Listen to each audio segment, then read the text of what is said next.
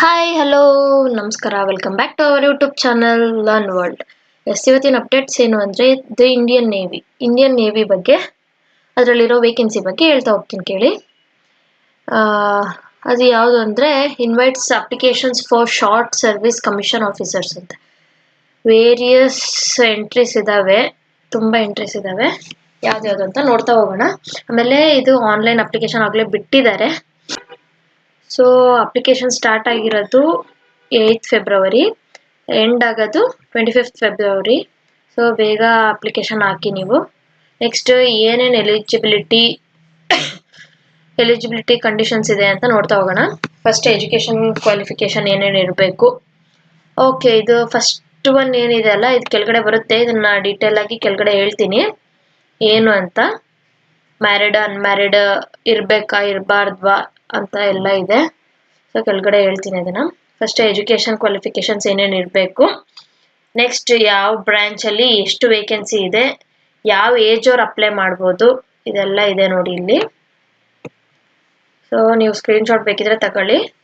First executive ಬ್ರ್ಯಾಂಚಲ್ಲಿ eligibility streams ಯಾವುದು ಅಂದರೆ ನೋಡಿ, BE BTech in any discipline with minimum 60% marks ಅಂತೆ.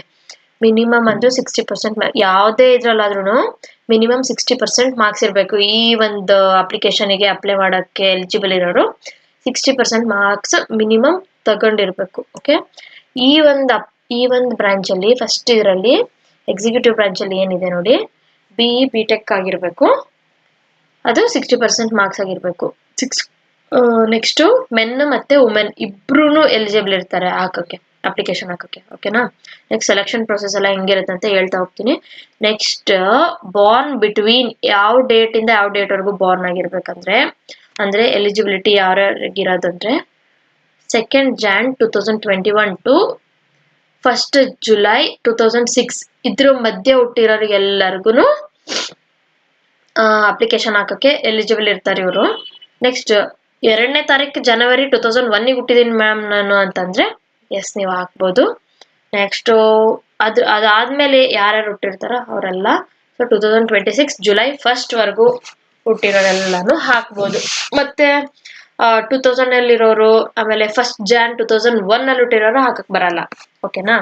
ನೆಕ್ಸ್ಟ್ ಪೈಲಟ್ಗೆ, ಆಮೇಲೆ ನೇವಿಯಲ್ ಏರ್ ಆಪರೇಷನ್ಸ್ ಆಫೀಸರ್, ಆಮೇಲೆ ATC traffic controller, air traffic controller, ಇವರೆಲ್ಲರಿಗೂ BE BTech in any discipline with minimum marks 60%. Okay. Next candidates must have 60% aggregate marks in class 10th 12th and okay 10th 12th ಅಲ್ಲೂ minimum ನೀವು 60% marks ಅಂತ ತೆಗ್ದಿರಲೇಬೇಕು. ಇನ್ ಇಂಗ್ಲೀಷಲ್ಲೂ ಅಷ್ಟೇ ನೋಡಿ. Okay. ಆಮೇಲೆ men ವುಮೆನ್ನಿಗೆ ಇಬ್ಬರಿಗೂ vacancy ಇದೆ ಇದರಲ್ಲೂ. ಓಕೆ. ಪೈಲಟ್ಗೆ ಮತ್ತು ನೇವಿಯಲ್ ಏರ್ ಆಪರೇಷನ್ಸ್ ಆಫೀಸರ್, ಆಮೇಲೆ ATC ಏರ್ ಟ್ರಾಫಿಕ್ ಕಂಟ್ರೋಲರ್, ಇವೆಲ್ಲದಕ್ಕೂ ಮೆನ್ ವುಮೆನ್ ಇಬ್ಬರು ಎಲಿಜಿಬಲ್ ಇರ್ತಾರೆ. ಇದರಲ್ಲೂ ಅಷ್ಟೇ ಸೇಮ್. ಬಟ್ ಮೇಲಿಂದ್ರಲ್ಲಿ ನೋಡಿ 2001, ಇದರಲ್ಲಿ 2002. ಬಟ್ ಮೇಲಿಂದ್ರಲ್ಲಿ 2006 ಅಷ್ಟೇ, ಇದರಲ್ಲಿ 2007 ಎಲಿಜಿಬಲ್ ಇದ್ದಾರೆ. ನೋಡ್ಬಿಟ್ಟು ಹಾಕಿ. ಎಲ್ಲ ಇದೆ ನೋಡಿ, ಎಲ್ಲ ಲಾಜಿಸ್ಟಿಕಲ್ಲಿ ಈ ಸ್ಟ್ರೀಮ್ ಅವರು BE BTech MBA ಫಸ್ಟ್ ಕ್ಲಾಸಲ್ಲಿ ಪಾಸ್ ಆಗಿರ್ಬೇಕು. BE BTech ಅಷ್ಟೇ ಫಸ್ಟ್ ಕ್ಲಾಸಲ್ಲಿ ಪಾಸ್ ಆಗಿರಬೇಕು. Next BSc BCom BSc ITS BSc CS ಅವರು, ಆಮೇಲೆ ವಿತ್ ಫಸ್ಟ್ ಕ್ಲಾಸ್ ಅವರು ಅಷ್ಟೇ ಫಸ್ಟ್ ಕ್ಲಾಸಲ್ಲಿ ಇದಾಗಿರಬೇಕು. With PG diploma in finance logistic supply chain management material management or MCA MSc IT with first class. ಓಕೆನಾ.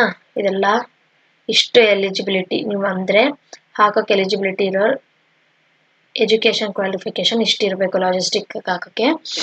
Next vacancies 28 ಇದೆ, men women. Most of all ನಂಗೆ ಅನ್ಸಿದಂಗೆ ನೇವಿಯಲ್ಲಿ ಅಪ್ಲಿಕೇಶನ್ಸ್ ಹಾಕೋದು ಕಮ್ಮಿ. ಸೊ ಇಂಟ್ರೆಸ್ಟ್ ಇರೋರು ನೀವು ಹಾಕಿ. ಸೊ ಇದರಲ್ಲೂ ನೋಡಿ ಎಷ್ಟು ಡೇಟ್ 2 Jan 2001 1 ಜುಲೈ 2006 ವರೆಗೂ ಇದೆ. ಸೊ ನೋಡ್ಬಿಟ್ಟು ಹಾಕಿ ನೀವೆಲ್ಲ. ಮೆನ್ ಇಬ್ಬರಿಗೂ ಇದೆ. ಓಕೆನಾ. ನೆಕ್ಸ್ಟ್ ಇಲ್ಲೆಲ್ಲ ಇದೆ ನೋಡಿ, ಬೇರೆ ಬೇರೆ ಬ್ರಾಂಚಸ್ಗೆ ಬೇರೆ ಬೇರೆ ಒಂದು ಕ್ವಾಲಿಫಿಕೇಶನ್ಸ್ ಎಲ್ಲದನ್ನು ಇಲ್ಲಿ ಹಾಕಿದ್ದಾರೆ. ಇದೆಲ್ಲ ಡಿಟೇಲ್ ಆಗಿ ನೀವು ನೋಡ್ತಾ ಹೋಗಿ. ಬೇಕಿದ್ರೆ ನಾನು PDF ಹಾಕಕ್ ಬಂದ್ರೆ ನಾನು ಡಿಸ್ಕ್ರಿಪ್ಷನ್ ಅಲ್ಲಿ ಹಾಕಿರ್ತೀನಿ, ಚೆಕ್ ಮಾಡ್ತೀನಿ ನಾನು ಹಾಕಕ್ ಬರುತ್ತೋ ಇಲ್ವೋ ಅಂತ. ಹಾಕಕ್ ಬಂದ್ರೆ ಹಾಕ್ತೀನಿ, ಇಲ್ಲ ಅಂದ್ರೆ PDF ಲಿಂಕ್ ಆದ್ರೂ ಹಾಕಿರ್ತೀನಿ, ನೀವು ಡೌನ್ಲೋಡ್ ಮಾಡ್ಕೊಂಡು ನೋಡಿ. ಓಕೆ. ನೆಕ್ಸ್ಟ್ ಇಲ್ಲಿ ನೋಟ್ ಇದೆ, ನೋಟು ನೋಡ್ಕೊಳ್ಳಿ, ನೀಟಾಗಿ ನೋಡ್ಕೊಳ್ಳಿ ನೋಟ್ನ. ಓಕೆ, ನೋಟ್ ಎಲ್ಲ ಓದ್ಕೊಳ್ಳಿ. Next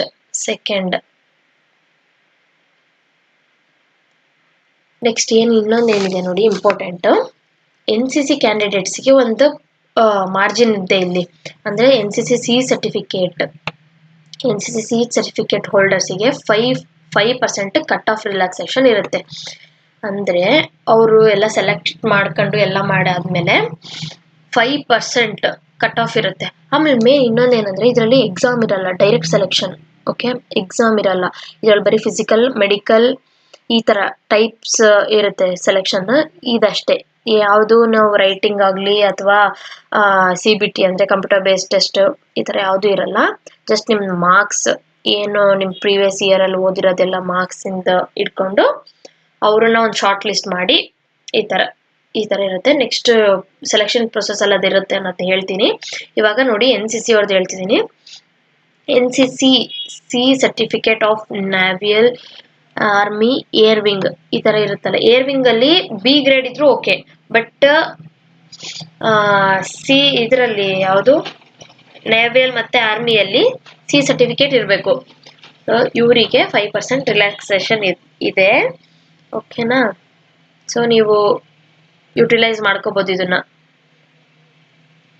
okay, you can apply. Next ಯಾರ್ಯಾರು ಅಪ್ಲೈ ಮಾಡ್ಬೋದು ಅಂತ ಹೇಳ್ತೀನಿ ಕೇಳಿ. Candidates who have graduated and post graduated, ಯಾರ್ಯಾರು ಡಿಗ್ರಿ ಆಗಿದೆ ಆಮೇಲೆ PG ಆಗಿದೆ ಅವ್ರು ಅಪ್ಲೈ ಮಾಡ್ಬೋದು. ಆಮೇಲೆ ನೆಕ್ಸ್ಟ್ ಯಾರ್ಯಾರು ಫೈನಲ್ ಇಯರ್ ಅಲ್ಲಿ ಇರ್ತಾರಲ್ಲ, ಇವಾಗ ನಾನು ಇಂಜಿನಿಯರಿಂಗ್ ಮಾಡ್ತಿದ್ದೀನಿ ಮ್ಯಾಮ್, ನಾನು ಲಾಸ್ಟ್ ಸೆಮ್ ಅಲ್ಲಿ ಇದ್ದೀನಿ, ಲಾಸ್ಟ್ ಇಯರ್ ಅಲ್ಲಿ ಇದ್ದೀನಿ, ಸೊ ನಾವು ಅಪ್ಲೈ ಮಾಡ್ಬೋದಾ? ಎಸ್, ನೀವು ಅಪ್ಲೈ ಮಾಡ್ಬೋದು. ವಿತ್ ಮಿನಿಮಮ್ 60% ಮಾರ್ಕ್ಸ್ ಇರ್ಬೇಕು ನಿಮಗೆ, ಆರ್ 60% CGPA ಇರ್ಬೇಕು ನಿಮಗೆ. ಅಂಥವ್ರು ಮಾತ್ರ ಮಾಡೋಕ್ಕಾಗೋದು. ಎಸ್, ಪೋಸ್ಟ್ ಗ್ರಾಜುಯೇಷನ್ ಮಾಡಿರೋರು ಅವರು 60% ಮಾರ್ಕ್ಸ್ ಇರಬೇಕು. ಆರ್ ನೀವು ಫೈನಲ್ ಇಯರ್ ಅಲ್ಲಿ ಇದ್ರೂ ನೀವು ಅಪ್ಲೈ ಮಾಡಕ್ ಎಲಿಜಿಬಲ್ ಇದ್ದೀರಾ, ಸೊ ನೀವು ಅಪ್ಲೈ ಮಾಡಿ. Next the university above mention should be.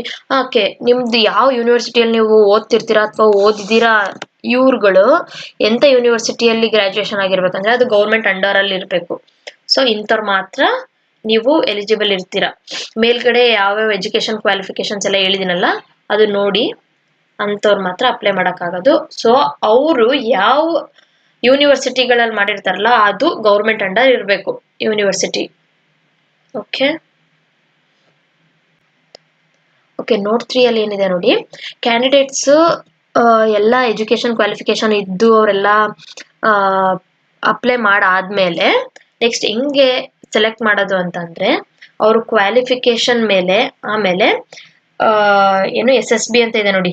SSB ಅಂದ್ರೆ ಸರ್ವಿಸ್ ಸೆಲೆಕ್ಷನ್ ಬೋರ್ಡ್. ಈ ಸರ್ವಿಸ್ ಸೆಲೆಕ್ಷನ್ ಬೋರ್ಡ್ ಅವರು ಸೆಲೆಕ್ಟ್ ಮಾಡ್ತಾರೆ ಬೇಸ್ಡ್ ಆನ್ ಅವ್ರದ್ದು ರಿಸಲ್ಟ್, ಎಜುಕೇಶನ್ ಕ್ವಾಲಿಫಿಕೇಶನ್ ಮತ್ತೆ ರಿಸಲ್ಟ್ಸ್ ಇದನ್ನೆಲ್ಲ ನೋಡಿ ಒಂದು ಫೈನಲ್ ರಿಸಲ್ಟ್ ನ ಡಿಕ್ಲೇರ್ ಮಾಡ್ತಾರೆ. ಆ ಫೈನಲ್ ರಿಸಲ್ಟ್ ಒಂದು ಯಾವ ವೆಬ್ಸೈಟ್ ಅಲ್ಲಿ ಯಾವ ಇಮೇಲ್ ಮೂಲಕ ಬರುತ್ತೆ ಅಂದ್ರೆ ನಿಮಗೆ ಈ ಇಮೇಲ್ ಮೂಲಕ ಬರುತ್ತೆ. ಓಕೆ, ನೇವಿದು ಈ ಇಮೇಲ್ ಮೂಲಕ ನಿಮಗೆ ತಲುಪುತ್ತೆ. ಸೊ ನೀವು ನೀಟಾಗಿ ಅಪ್ಲೈ ಮಾಡಬೇಕು. ನೆಕ್ಸ್ಟ್ ನೋಟ್ 4 ಅಲ್ಲಿ ಏನಿದೆ ನೋಡಿ, only 1 application can be filled by A candidate. ಒಬ್ಬ ಕ್ಯಾಂಡಿಡೇಟ್ ಓನ್ಲಿ 1 ಅಪ್ಲಿಕೇಶನ್ ಅಷ್ಟೇ ಹಾಕಕ್ ಸಾಧ್ಯ. ಓಕೆ, ನಾನು ಇವಾಗ ಡಬಲ್ ಡಿಗ್ರಿ ಮಾಡಿದ್ದೀನಿ ಮ್ಯಾಮ್, ನಾನು ಡಿಗ್ರಿಯಿಂದನೂ ಒಂದು ಅಪ್ಲಿಕೇಶನ್ ಹಾಕ್ತೀನಿ, PG ಆಗಿರೋದು ಒಂದು ಅಪ್ಲಿಕೇಶನ್ ಹಾಕ್ತೀನಿ, 2 ಅಪ್ಲಿಕೇಶನ್ ಹಾಕ್ತೀನಿ. ನೋ, ಆ ತರ ಬರಲ್ಲ. ಓನ್ಲಿ ಒಬ್ರಷ್ಟೇ ಹಾಕಕ್ ಬರೋದು. Okay, specified number of candidates based on service SSC medical examination and are advised to check physical medical standards. Okay, ಇದು ಹೆಂಗ್ ಸೆಲೆಕ್ಟ್ ಮಾಡೋದಂದ್ರೆ ಮೆಡಿಕಲ್ ಎಕ್ಸಾಮಿನೇಷನ್ ಮಾಡ್ತಾರೆ, ನೆಕ್ಸ್ಟ್ ಫಿಸಿಕಲ್ ಟೆಸ್ಟ್ ಮಾಡ್ತಾರೆ, ಅವ್ರ ಮೆಡಿಕಲ್ ಸ್ಟ್ಯಾಂಡರ್ಡ್ಸ್ ಹೆಂಗಿದೆ ಅಂತ ನೋಡ್ತಾರೆ, ಅವ್ರ ಹೈಟ್ ನೋಡ್ತಾರೆ, ಲೆಗ್ ಲೆಂತ್ ಎಕ್ಸೆಟ್ರಾ. ಈ ತರ ಮೆನಿ ಕೈಂಡ್ ಆಫ್ ಟೆಸ್ಟ್ಗಳು ಇರ್ತವೆ. ಜಸ್ಟ್ ಮತ್ತೆ ರಿಟರ್ನ್ ಎಕ್ಸಾಮ್, ಥಿಯರಿ ಈ ಥರದ್ದೇನಿರಲ್ಲ. Just physical, mental health, height, weight, ಅವರು ಎಷ್ಟು ಫಿಟ್ ಆಗಿದ್ದಾರೆ ಇದಷ್ಟೇ ನೋಡೋದು. ಸೊ ಓಕೆ, ಇದಷ್ಟೇ ನೋಡೋದು. ಸೊ ನೋಡ್ತಾ ಹೋಗಿ ಇಲ್ಲಿ. ನೆಕ್ಸ್ಟು ನಿಮ್ದು ಮೆಡಿಕಲ್ ಸ್ಟ್ಯಾಂಡರ್ಡ್ಸ್ ಬಗ್ಗೆ, ಆಮೇಲೆ ನಿಮ್ಮ ಹೈಟು, ವೆಯ್ಟು, ನಿಮ್ಮ ಕೈಯಲ್ಲಿ ಟ್ಯಾಟು ಇರಬೇಕಾ ಬೇಡವಾ, ಇದೆಲ್ಲದ್ರ ಬಗ್ಗೆನೂ ಈ ಒಂದು ವೆಬ್ಸೈಟಲ್ಲಿ ತಿಳಿಸಿದ್ದಾರೆ. ಈ ಒಂದು ವೆಬ್ಸೈಟ್ನ ನೀವು ಸರಿಗೆ ನೋಡ್ಕೊಂಡು, ನೀವು ಯಾರ್ಯಾರು ಅಪ್ಲೈ ಮಾಡ್ತೀರಲ್ಲ ಈ ವೆಬ್ಸೈಟಲ್ಲಿ ನೀವು ಚೆಕ್ ಮಾಡಿ ಏನೇನು ಮೆಡಿಕಲ್ ಸ್ಟ್ಯಾಂಡರ್ಡ್ಸ್ ಇರಬೇಕು. ಸೊ ಅದಕ್ಕೆಲ್ಲ ನೀವು ಎಲಿಜಿಬಲ್ ಇದ್ದಾಗ ನೀವು ಅಪ್ಲೈ ಮಾಡಿ. ಓಕೆ, ನೆಕ್ಸ್ಟ್ ಸೆಲೆಕ್ಷನ್ ಪ್ರೊಸೆಸ್ ಹೆಂಗಿರುತ್ತೆ ಅಂದರೆ, ಫಸ್ಟ್ ಶಾರ್ಟ್ ಲಿಸ್ಟ್ ಮಾಡ್ತಾರೆ. ಯಾರ್ಯಾರು ಡಿಗ್ರಿ ಕ್ವಾಲಿಫೈ ಆಗಿರ್ತಾರಲ್ಲ ಇವ್ರುಗಳದ್ದು ಮಾರ್ಕ್ಸ್ ಬೇಸ್ ಮಾಡಿ, ಈಗ ಜಾಸ್ತಿ ಮಾರ್ಕ್ಸ್ ತಗೊಂಡಿರೋದು ಒಂದು ಕಡೆ, ಸೊ ಅದಕ್ಕಿಂತ ಕಮ್ಮಿ ಮಾರ್ಕ್ಸ್ ಒಂದು ಕಡೆ, ಇದೆಲ್ಲನೂ ಇದನ್ನ ಸಾರ್ಟ್ ಮಾಡಿ ಒಂದು ಲಿಸ್ಟ್ ಮಾಡಿ ಈ ವೆಬ್ಸೈಟಲ್ಲಿ ಬಿಡ್ತಾರೆ. ಸೊ ವೆಬ್ಸೈಟಲ್ಲಿ ಬಿಟ್ಟು ಇದಕ್ಕೆ ಆದಂಥ ಒಂದು ಫಾರ್ಮುಲಾಗಳಿದೆ.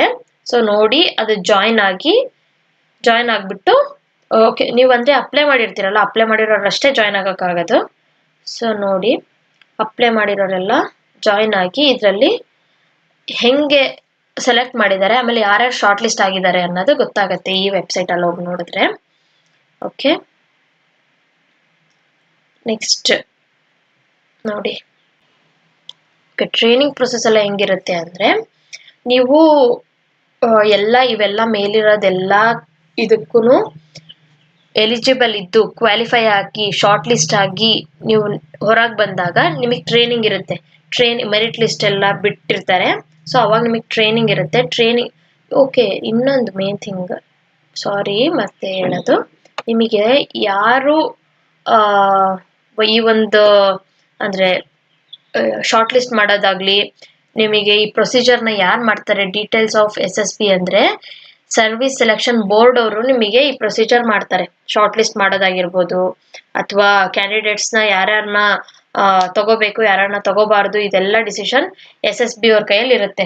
ಅಂದರೆ ಸರ್ವಿಸ್ ಬೋರ್ಡ್ ಅವ್ರ ಕೈಯಲ್ಲಿ ಇರುತ್ತೆ, ಸೆಲೆಕ್ಷನ್ ಬೋರ್ಡ್ ಅವ್ರ ಕೈಯಲ್ಲಿ. ಸೊ ಅವ್ರುಗಳು ಮಾಡೋದು, ಅವರು ನೆಕ್ಸ್ಟ್ ಪ್ರೊಸೀಜರಿಗೆ ಕಳ್ಸೋದು, ಯಾವ ಕ್ಯಾಂಡಿಡೇಟ್ಸ್ ನೆಕ್ಸ್ಟ್ ಟ್ರೈನಿಂಗ್ ಪ್ರೊಸೀಜರ್ಗೆ ಹೋಗ್ಬೇಕು ಅನ್ನೋದು ಅವ್ರ ಕೈಯಲ್ಲಿರುತ್ತೆ. ಆಮೇಲೆ ನೋಡಿ, ಇಲ್ಲಿ only unmarried candidates are eligible for training. Only unmarried candidates ಅಷ್ಟೇ ಇದಕ್ಕೆ ಅಪ್ಲೈನು, ಅನ್ಮ್ಯಾರಿಡ್ ಕ್ಯಾಂಡಿಡೇಟ್ಸ್ ಅಷ್ಟೇ ಅಪ್ಲೈ ಮಾಡೋಕ್ಕಾಗೋದು. ಓಕೆ, ನೆಕ್ಸ್ಟ್ ಅವರಷ್ಟೇ ಟ್ರೈನಿಂಗಿಗೂ ಎಲಿಜಿಬಲ್ ಇರ್ತಾರೆ. ಇನ್ ಕೇಸ್ ಅವರು ಅಲ್ಲಿ ಸಿಕ್ಕಾಕೊಂಡಿಲ್ಲ, ಐ ಮೀನ್ ನೀವು ಒಬ್ಬೊಬ್ರು ಅನ್ಮ್ಯಾರಿಡ್ ಅಲ್ಲ ಅಂತ ಗೊತ್ತಾಗಿ ಮುಂದೆ ಕಳ್ಸಿರ್ತಾರೆ ಅಂತ ಅನ್ಕೊಳ್ಳಿ. ಸೊ ಅವರು ಟ್ರೈನಿಂಗ್ ಪ್ರೊಸೀಜರಲ್ಲಿ ಏನಾದರೂ ಸಿಕ್ಕಾಕೊಂಡ್ರೆ ಅಲ್ಲಿವರೆಗೂ ಏನು ಅವರು ಗೌರ್ಮೆಂಟಿಗೆ ಖರ್ಚು ಮಾಡಿರ್ತಾರೋ ಅಥವಾ ಗೌರ್ಮೆಂಟಿಗೆ ರೀಫಂಡ್ ಮಾಡಿ ಹೋಗ್ಬೇಕು ವಾಪಸ್ಸು ಅಮೌಂಟ್ನೆಲ್ಲ. ಫೀ ಹಿಮ್ ಆರ್ ಅರ್, ಯಾವ ಹುಡುಗ ಆದ್ರೂ ಆಗಿರ್ಬೋದು, ಹುಡುಗಿ ಯಾರು ಆಗಿರ್ಬೋದು, ಮ್ಯಾರಿಡ್ ಯಾರಾದರೂ ಆಗಿದ್ರೆ, ಸೊ ಅವರು ಎಲ್ಲ ಅಮೌಂಟ್ನ ವಾಪಸ್ ಪೇ ಮಾಡಿ, ಏನೇನು ಅಲೋವೆನ್ಸ್ ಇತ್ತು ಅದೆಲ್ಲನೂ ಪೇ ಮಾಡಿ ಹೋಗ್ಬೇಕು. Next, if the officer voluntarily withdrawn from an initial training or resigned during the period, he or she will be required to refund the cost training in whole or in part. Okay, ಈಗ ಸ್ಟಾರ್ಟಿಂಗಲ್ಲಿ ವಾಲಂಟಿಯರಾಗಿ ನಾನೇ ಬಿಟ್ಟು ಹೋಗ್ತಿದ್ದೀನಿ, ನಂಗೆ ಆಗ್ತಿಲ್ಲ ಇಲ್ಲಿಂದ ಅಂತ ಅನ್ನೋರು ಇದ್ರು ಕೂಡ ಅವರು ಅಷ್ಟೇ ಅದನ್ನ ಹೋಲ್ ಅಮೌಂಟ್ನೇ ಒಂದೇ ಸರಿಗಾದ್ರೂ ಕೊಡ್ಬೋದು, ಅಥವಾ ಇನ್ ಪಾರ್ಟ್ ಆಗಾದ್ರು, ಬಟ್ ರಿಟರ್ನ್ ಅಮೌಂಟ್ ಪೇ ಮಾಡಲೇಬೇಕು. ಸೊ ನೀವು ಯೋಚನೆ ಮಾಡಿ ಇದರಲ್ಲಿ ಹೆಜ್ಜೆ ಇಡೋದು ಉತ್ತಮ. ಓಕೆನಾ? ನೆಕ್ಸ್ಟ್ ಹೆಂಗೆ ಅಪ್ಲೈ ಮಾಡೋದು ಅಂತ ಎಲ್ಲ ಇದೆ ನೋಡಿ. Candidates are registered to fill application on Indian navy website ಇಲ್ಲಿದೆ ನೋಡಿ. ಈ ವೆಬ್ಸೈಟಲ್ಲಿ ಮಾಡ್ಬೋದು, ಅಥವಾ ಇಲ್ಲಿ ಕೆಳಗಡೆ ಒಂದು ಸ್ಕ್ಯಾನರ್ ಇದೆ, QR ಕೋಡ್ ಇದೆ, ಆ QR ಕೋಡ್ ಮೂಲಕ ಆದರೂ ಮಾಡ್ಬೋದು, ನೀವು ಅಪ್ಲೈ ಮಾಡ್ಬೋದು. ಆ್ಯಂಡ್ ನೋಡಿ, ಇದರಲ್ಲಿ ಹೆಂಗಂದರೆ ಯಾವ ಟೈಮಲ್ಲಿ ಬೇಕಾದರೂ ನಿಮ್ಮ ಅಪ್ಲಿಕೇಶನ್ ರಿಜೆಕ್ಟ್ ಮಾಡ್ಬೋದು. ಬಿಕಾಸ್ ನೀವು ಹಾಕಿರೋ ಅಪ್ಲಿಕೇಶನ್ ಸ್ಕ್ಯಾನ್ ಆಗಿರೋ ಡಾಕ್ಯುಮೆಂಟ್ಸು ಇವೆಲ್ಲ ಓದಕ್ ಬರ್ದಿಲ್ಲ ಅಂದ್ರೆ ನೋಡಿ ಇಲ್ಲಿ ಬರ್ತಿದ್ದಾರೆ, ಹೈಲೈಟ್ ಮಾಡೇ ಬರ್ತಿದ್ದಾರೆ ಅವರು.